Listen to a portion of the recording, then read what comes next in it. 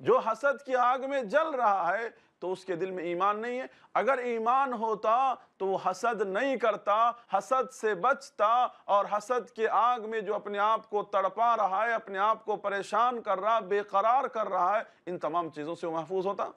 تو معلوم یہ ہوا کہ حسد ایک بہت بری عادت اور اخلاق رذیلہ کے اندر بہت بری اخلاق ہے، بڑی بری عادت ہے، بڑی بری خصلت ہے، جس سے انسان کو بچنا چاہیے۔ حسد کے تعلق سے آپ کے سامنے یہ بات بھی میں بیان کروں کہ حسد کرنے والا ہمیشہ اپنے سامنے والے بھائی کو ہر طرح کے نقصان پہنچانے کے لیے تیار رہتا ہے، کبھی بھی اس کے لیے اس کے دل میں ہمدردی اپنائیت کا جذبہ نہیں رہتا۔ اس کے لیے دلیل قرآن مجید سے میں آپ کے سامنے پیش کروں گا۔ قرآن مجید کے اندر اللہ تبارک و تعالیٰ نے ایک سورت نازل کی ہے، اس کے اندر اللہ تبارک و تعالیٰ نے حضرت یوسف اور ان کے بھائیوں کا تذکرہ کیا ہے۔ حضرت یوسف علیہ السلام کو اللہ تبارک و تعالیٰ نے بچپن ہی سے بہت ساری خصوصیات اللہ رب العالمین نے انہیں عطا کر رکھی تھی، بہت ساری خوبی کے وہ مالک تھے بچپن ہی سے۔ ان کے باپ حضرت یعقوب علیہ السلام اپنے دوسرے اولاد کے مقابلے میں ان کو بہت چاہتے تھے، فطری طور پر اللہ تبارک و تعالیٰ نے یہ محبت ان کے دلوں میں رکھی تھی، لہذا حضرت یعقوب علیہ السلام حضرت یوسف علیہ السلام سے بہت پیار کرتے تھے، بہت چاہتے تھے۔ یہ منظر اور بھائیوں کو دیکھا نہیں گیا، بھائیوں نے حسد کی یوسف علیہ السلام سے، اور حسد کی آگ نے انہیں کہاں تک پہنچایا، حضرت یوسف علیہ السلام کی جان کے دشمن ہو گئے۔ ایک بھائی ہوتے ہوئے، ایک سگے ہوتے ہوئے اپنے بھائی کے لیے اتنا برا انسانی تاریخ میں کبھی کسی نے نہیں کیا ہوگا جو حضرت یوسف علیہ السلام کے بھائیوں نے ان کے ساتھ کیا۔ دشمن ہو گئے، خون کے پیاسے ہو گئے، اور حضرت یوسف علیہ السلام کو کسی بھی طرح سے اپنی باپ کی نظروں سے دور کرنے کے لیے ان لوگوں نے کیسے کیسے پلان بنائے، کیسے کیسے مکر چلے، اور کیسے کیسے ارادے انہوں نے کیے، اور آخرکار اپنے ارادے اور اپنی سازش میں وہ کامیاب ہو کر کے حضرت یوسف علیہ السلام کو بڑے پیار سے، بڑے محبت سے باپ کی نظروں سے دور کرنے کے لیے انہوں نے کیا طریقہ اپنایا؟ حضرت یوسف علیہ السلام کو یا تو قتل کر دو، یا تو دور دراز زمین میں پھینک دو، یا حضرت یوسف علیہ السلام کی اس طرح کے ارادے کر کے آخرکار انہوں نے یہی فیصلہ کیا کہ حضرت یوسف علیہ السلام کو کنویں میں ڈال دیا جائے۔ یہ کون سی چیز تھی جو انہیں ان تمام چیزوں پہ کرنے پہ آمادہ کیا؟ یہ حسد کی آگ تھی، یہ حسد کا جلن تھا، یہ حسد کی کیفیت نے حضرت یوسف علیہ السلام کے ساتھ ان کے بھائیوں کے اندر یہ کیفیت کرنے پر مجبور کیا۔ لہذا حضرت یوسف علیہ السلام کو بے دردی کے ساتھ انہوں نے کنویں میں ڈال دیا۔ اللہ اکبر! ذرا غور کریں کہ حسد نے کہاں تک تباہی مچائی اور کہاں تک کیا کچھ کر دیا۔ اللہ اکبر! حسد کرنے والے کے دل میں سامنے والے بھائی کے لیے تھوڑا بھی دل کے اندر رحم کا جذبہ نہیں ہوتا ہے، ہمدردی کا جذبہ نہیں ہوتا ہے، سارے کے سارے ہمدردی کے جذبے اس کے دل سے ختم ہو جاتے ہیں۔ ہر لمحہ اس کی یہی سوچ ہوتی ہے، یہی ارادہ ہوتا ہے کہ ہم کس طرح سے اس کو نقصان پہنچائے، اور کس طرح سے ہم اپنے راستے سے اس کو دور کریں، اور کس طرح سے ہم اس کی تمام نعمتوں کو، یا اس کی اچھائیوں کو، یا ان سے اس کے پاس جو مال و دولت ہے ان تمام چیزوں کو ہم کیسے قبضہ کریں۔ حسد کرنے سے ہمارا خود نقصان ہے، حسد کرنے سے ہمارا کچھ فائدہ نہیں ہے۔ اور حسد کی عادت قرآن مجید نے بیان کیا کہ یہود و نصارہ کی عادت ہے، کافروں کی عادت ہے، کہ یہ کافر، یہ یہود و نصارہ، یہ اللہ کے رسول صلی اللہ علیہ وسلم سے کس قدر حسد کیا کرتے تھے۔ یہی وجہ ہے کہ آپ دیکھیں کہ یہودی جو نبی کریم صلی اللہ علیہ وسلم پر ایمان نہیں لائے، اور ایمان لانے سے وہ اعراض کرتے رہے، اس کی اصل وجہ کیا ہے؟ اس کی وجہ یہی ہے کہ اللہ کے رسول صلی اللہ علیہ وسلم آخری نبی آپ صلی اللہ علیہ وسلم بنو اسماعیل سے آئے، اور ان کا ارادہ اور ان کا سوچ یہ تھا کہ بنو اسحاق سے آئیں گے آخری نبی۔ بس اس حسد کے جذبے نے انہیں اتنے بڑے خیر کے کاموں سے روک دیا، اور پوری زندگی کیا، ابھی تک ان کے دلوں میں یہ دشمنی اور یہ حسد کی کیفیت باقی ہے، اور یہ حسد کی آگ انہیں آج بھی جلا رہی ہے، اور اس آگ میں آج بھی وہ جل رہے ہیں۔ حسد کی وجہ سے انسان بہت ساری نیکیوں سے محروم ہو جاتا ہے، بہت ساری اچھائیوں سے انسان محروم ہو جاتا ہے۔ حسد کے جذبے سے معاشرے کے اندر بھی تباہیاں آتی ہیں، اور معاشرے کے اندر بہت سارے نقصانات ہوتے ہیں۔ حسد کرنے والا بسا اوقات اکیلا ہی حسد کی آگ میں نہیں جلتا ہے، بلکہ اس کے لپیٹے میں بہت سارے لوگوں کو لے لیتا ہے، اپنے ہم نوائی کے لیے اپنے ساتھ بہت سارے لوگوں کو شریک کر لیتا ہے اس معاملے کے اندر، اور بہت سارے لوگ بھولے بھالے قسم کے لوگ اس حقیقت کو نہ جان کر کے اس کے اندر شامل ہو جاتے ہیں۔ حسد کے اس جذبے سے باقاعدہ طور پر اللہ تبارک و تعالیٰ نے ہمیں پناہ مانگنے کی تعلیم سکھلائی ہے، ہمیں پناہ مانگنا چاہیے، حسد کے اس جذبے سے اپنے آپ کو ہمیشہ دور رکھنا چاہیے۔ ہم اپنے آپ کا محاسبہ کرتے رہیں، جب کبھی ہمارے دل کے اندر یہ کھوٹ، یہ جذبہ، یہ اس طرح کی باتیں ہمارے اندر آتی ہیں، ہمیشہ اعوذ باللہ انسان کو پڑھنا چاہیے اور شیطان مردود سے اس طرح کی کیفیت سے انسان کو پناہ طلب کرنا چاہیے کہ اس طرح کی کیفیت ہماری زندگی کے اندر نہ آئے، کیونکہ ایک بار انسان کی زندگی میں یہ چیز داخل ہو جائے تو ان چیزوں کا نکلنا انسان کی زندگی سے بڑا مشکل ہو جاتا ہے۔ ابھی جو آیت آپ کے سامنے بیان ہوا، قرآن مجید کی چھوٹی سی سورت، اس سورت کے اندر اللہ تبارک و تعالیٰ نے بیان فرمایا کہ وَمِن شَرِّ حَاسِدٍ اِذَا حَسَدٍ، وَمِن شَرِّ حَاسِدٍ اِذَا حَسَدٍ، کہ حسد سے انسان کو پناہ مانگنی چاہیے اللہ تبارک و تعالیٰ سے، حسد سے انسان کو دوری اختیار کرنی چاہیے، کیونکہ یہ حسد انسان کے اندر نفرت، عداوت، دشمنی، بغض، یہ تمام کی تمام کیفیت انسان کے اندر پیدا کرتی ہے، اچھے اچھے تعلقات اس کے ذریعے سے ختم ہو جاتے ہیں۔ اگر ہم حسد کر رہے ہیں تو حسد کر کے تو ہم سامنے والے کا کچھ نقصان فوری طور پر اگر ہم کر بھی نہ پائے تو اس کا نقصان تو صرف ہمیں ہی بھگتنا پڑے گا نا۔ لہذا ایک شخص، ایک صحابی جن کے بارے میں نبی کریم صلی اللہ علیہ وسلم نے 3 دن کہا کہ یہ شخص جنتی ہے، اگر کوئی شخص جنتی کو دیکھنا چاہتا ہے تو اس شخص کو دیکھ لے، نبی کریم صلی اللہ علیہ وسلم نے یہ بات 3 دن کہی ایک صحابی کے بارے میں۔ صحابہ کرام بالکل اس صحابی کو دیکھنے کے لیے پریشان ہو گئے کہ آخر وہ کون اللہ کا بندہ ہے جس کے بارے میں نبی کریم صلی اللہ علیہ وسلم 3 دن سے کہہ رہے ہیں کہ کوئی اگر دیکھنا ہے تو جنتی شخص کو اس شخص کو دیکھ لے۔ آخرکار وہ صحابی آتے ہیں، بہت معمولی انداز میں آتے ہیں، وضو کرتے ہیں اور اپنا جوتا ہاتھ میں لیے ہوئے مسجد کے کنارے 2 رکعت نماز پڑھتے ہیں۔ ایک صحابی کہتے ہیں کہ میرے دل کے اندر یہ جذبہ پیدا ہوا کہ میں معلوم کروں کہ آخر ان کا وہ کون سا عمل ہے جس عمل کی وجہ سے نبی کریم صلی اللہ علیہ وسلم نے اتنی بڑی بات کہی ہے کہ یہ شخص جنتی ہے اور جنتی کو کوئی دیکھنا چاہتا ہے تو یہ دیکھ لے۔ اللہ اکبر! میں نے اس شخص کے ساتھ چند دن گزارے تو میں نے دیکھا کوئی بڑا عمل نہیں ہے، بس معمول کے مطابق وہ فرائض وغیرہ کو ادا کرتے ہیں، نہ رات کو اٹھتے ہیں نہ روزہ رکھتے ہیں، ایسا کوئی ایکسٹرا عمل نہیں ہے ان کا۔ میں نے آخرکار سوال کیا کہ میرے بھائی، اللہ کے رسول صلی اللہ علیہ وسلم نے جو تمہیں جنتی ہونے کی بشارت سنائی ہے، آخر تمہارا وہ کون سا عمل ہے؟ ہمیں بھی بتلاؤ کہ ہم اس عمل کو کریں۔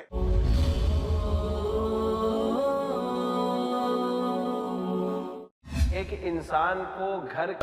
بہتر زندگی کے لیے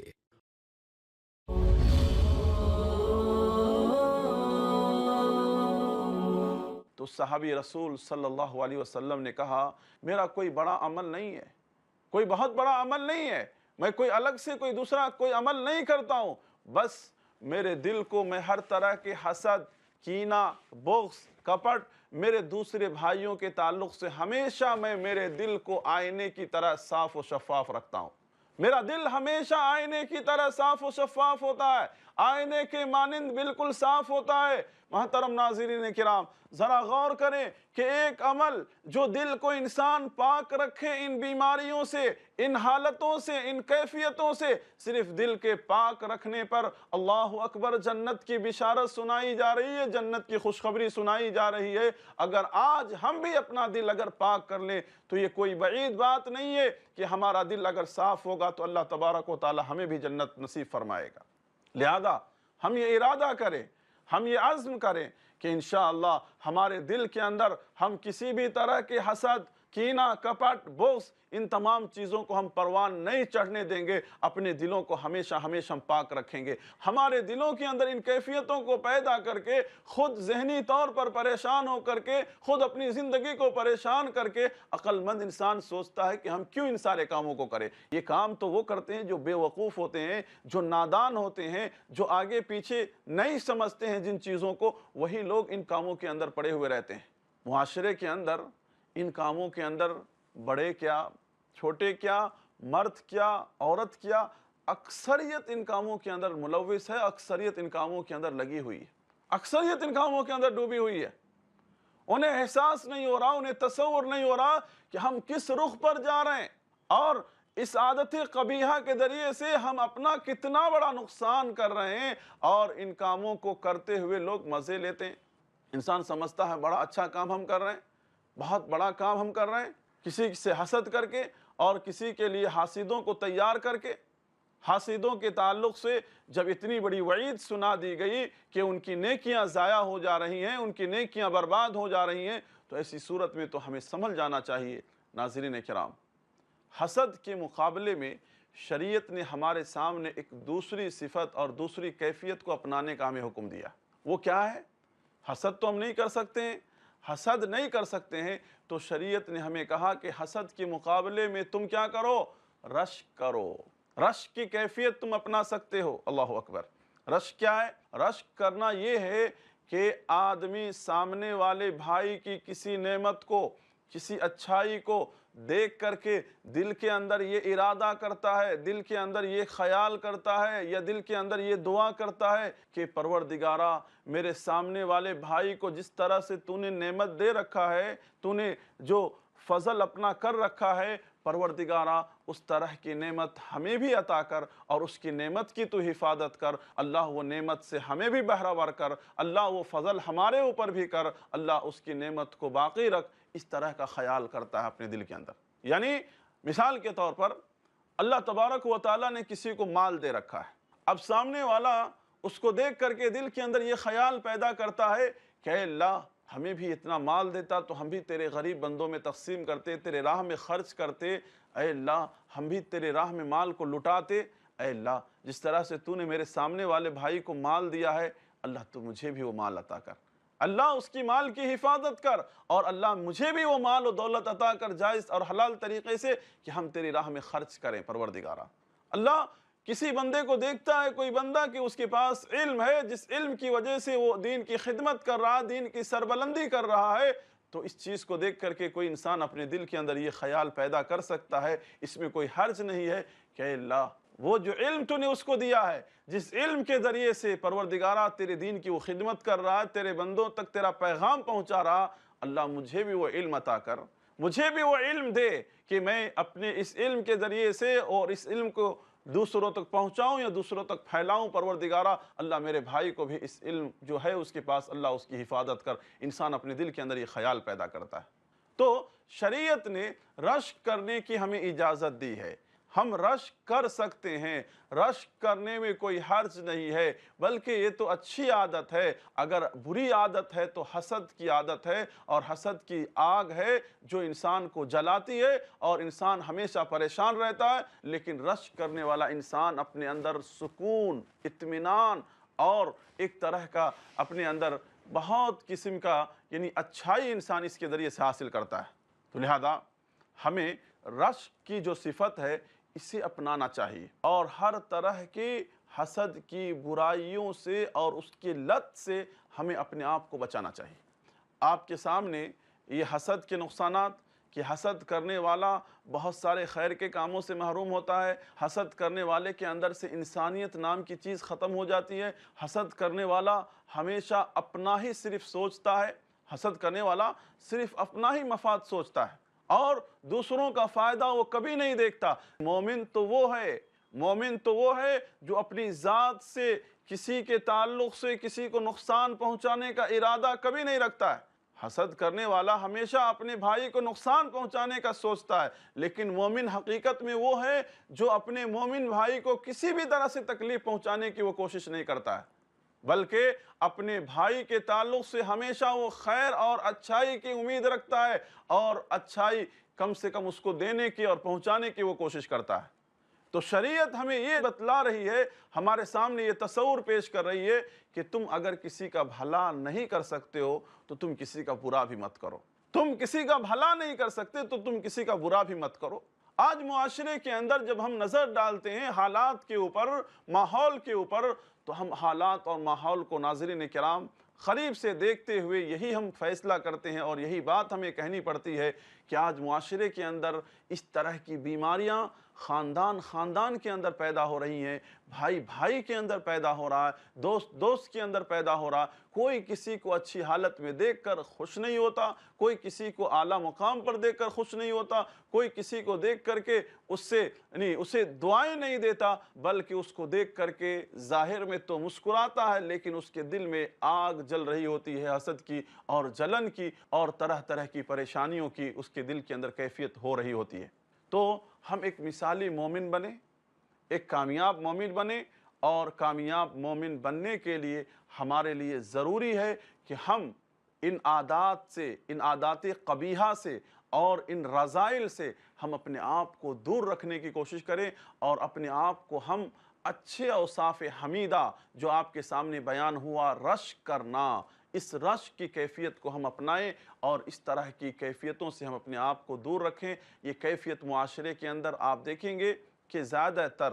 میں آپ کے دل کو دکھانے کے لیے نہیں یہ بات میں کہہ رہا ہوں، کہ عموماً ایسی بیماریاں تو ویسے تو مردوں کے اندر بھی پائی جاتی ہے، اس میں کوئی شک نہیں، لیکن عموماً عورتوں کے اندر یہ کیفیت، یہ صفات زیادہ ہوتے ہیں۔ لہذا میں یہی کہوں گا خواتین سے کہ وہ اپنے اندر سے اس کیفیت کو ختم کریں اور اس جذبے کو اپنے اندر سے نکالیں، کیونکہ ایک بہن دوسرے بہن کی اچھائی کو دیکھ کر کے، ایک بہن دوسرے بہن کی خوبصورتی کو دیکھ کر کے، ایک بہن دوسرے بہن کی آرام اور آرائش کو دیکھ کر کے، ان تمام چیزوں کو دیکھ کر کے وہ رہ نہیں پاتی ہیں، اور کسی بھی طرح سے حسد کے جذبے کو اپنا کر کے ماحول کو اور اس کی تمام چیزوں کو برباد کرنے کے پیچھے لگی ہوئی رہتی ہے۔ تو لہذا خاص کر کے ان صفات سے اپنے آپ کو دور کریں، توبہ کریں۔ اگر یہ صفت ہمارے اندر تھی اب تک تو ہم توبہ کر لیں، اللہ رب العالمین سے ہم معافی چاہ لیں۔ اللہ رب العالمین یقیناً معاف کرنے والا ہے، اور ہمیشہ اپنے آپ کو اللہ کے حوالے کرنا چاہیے دعا کے ذریعے سے کہ اللہ ایسی چیزوں سے، ایسی صفات سے، ایسے عادات سے،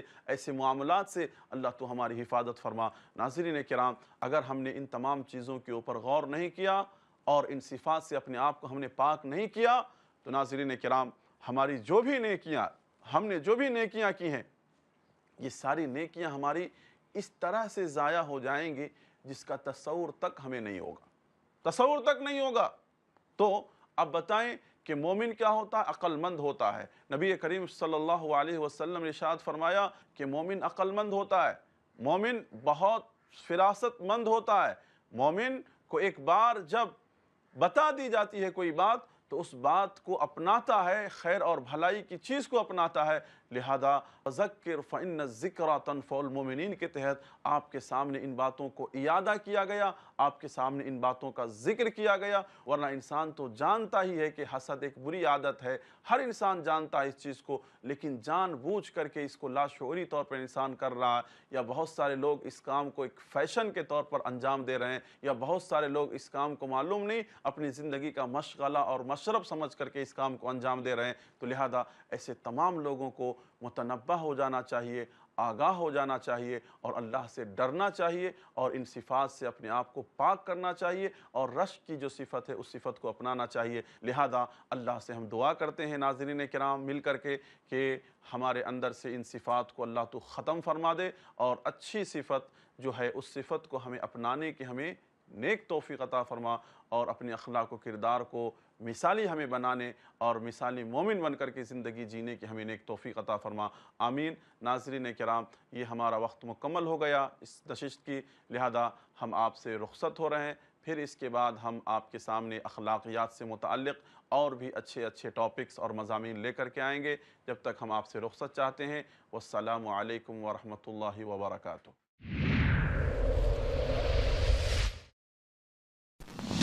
اس پروگرام کے متعلق بلا تکلف اپنی رائے